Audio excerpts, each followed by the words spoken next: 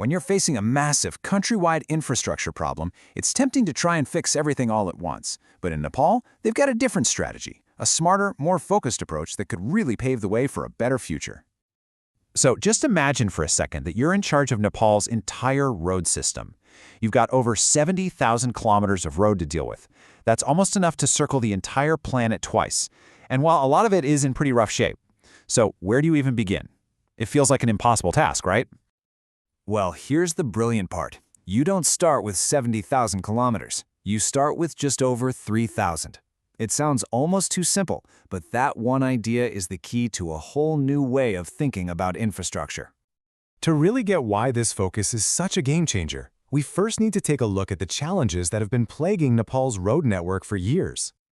Think of a country's main roads like its economic arteries. They pump the lifeblood of the economy. We're talking trade, goods, services, all of it. In Nepal, these arteries are under some serious strain. It's actually been identified as a major roadblock to economic growth. And when those arteries get clogged, everything just slows down. So the problem really lies within what's called the Strategic Road Network, or SRN.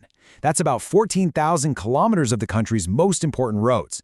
But the thing is, the traffic on them is completely uneven. Some roads see just 20 cars a day, while others are jam-packed with over 10,000. So trying to use the same maintenance plan for both, it just doesn't work. You end up spreading your money and your effort way too thin. And speaking of money, it's been shrinking. I mean, just look at this chart. It shows a huge drop. In just 4 years, the share of the road budget that was actually going to maintenance got cut by more than half. It fell from 16% all the way down to just 7%. That is a massive signal that something's wrong. And hey, don't just take my word for it. This is a direct quote from Nepal's own Ministry of Physical Infrastructure and Transport. They recognize the problem themselves. They knew that maintenance, the one thing that's absolutely key for sustainability, was being seriously neglected. So, you've got this gigantic network and your funding is drying up? What's the answer? Well, this is where we get to the simple but really powerful idea that's at the heart of this whole new policy. Let me introduce you to the Core Road Network, or CRN. The concept is just so straightforward. Instead of looking at all 14,000 kilometers of strategic roads, you identify the ones with the most traffic, the true economic arteries. These are the roads that bring the most value to society and the economy. This slide here perfectly contrasts the two ways of thinking. On the left, you got the old way, trying to manage 14,000 kilometers and spreading your resources thin. And on the right, the new way, focusing all that energy and investment on just 3,340 kilometers. It's a strategic decision to do fewer things, but do them exceptionally well. And this chart really drives that point home. The CRN, that smaller slice, makes up just 26% of the total strategic network. The plan is to concentrate on this critical quarter of the system to deliver a massive impact right where it's needed most. Okay, so identifying the core network, that was the what. Now let's get into the how, the actual systematic plan to bring these vital roads back to health.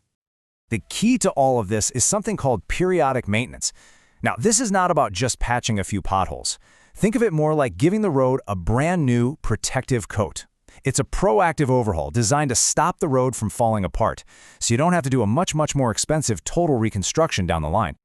The plan itself unfolds in this simple, repeating cycle.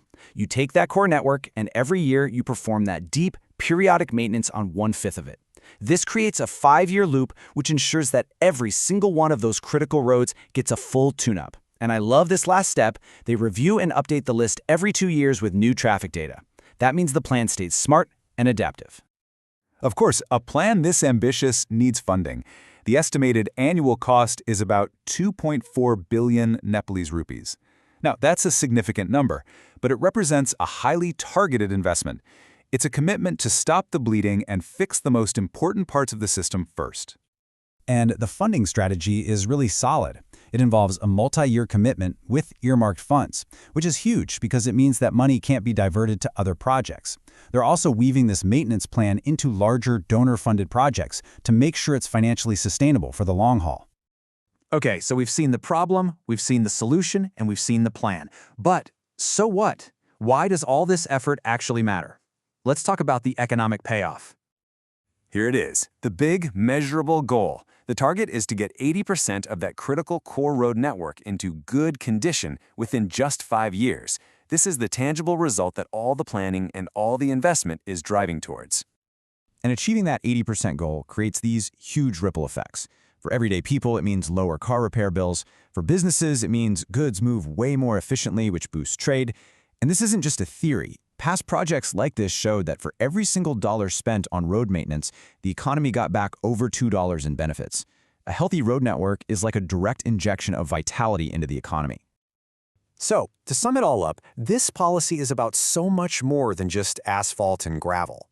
By deciding to treat its most critical economic arteries first, Nepal is making a strategic investment in its own foundation, paving a smoother, more prosperous road ahead. And it leaves us with a pretty fascinating question. In a world with limited resources and what feels like infinite needs, could this focused, treat the arteries not the capillaries approach become the blueprint for how other developing nations tackle their biggest infrastructure challenges? It is definitely something to think about.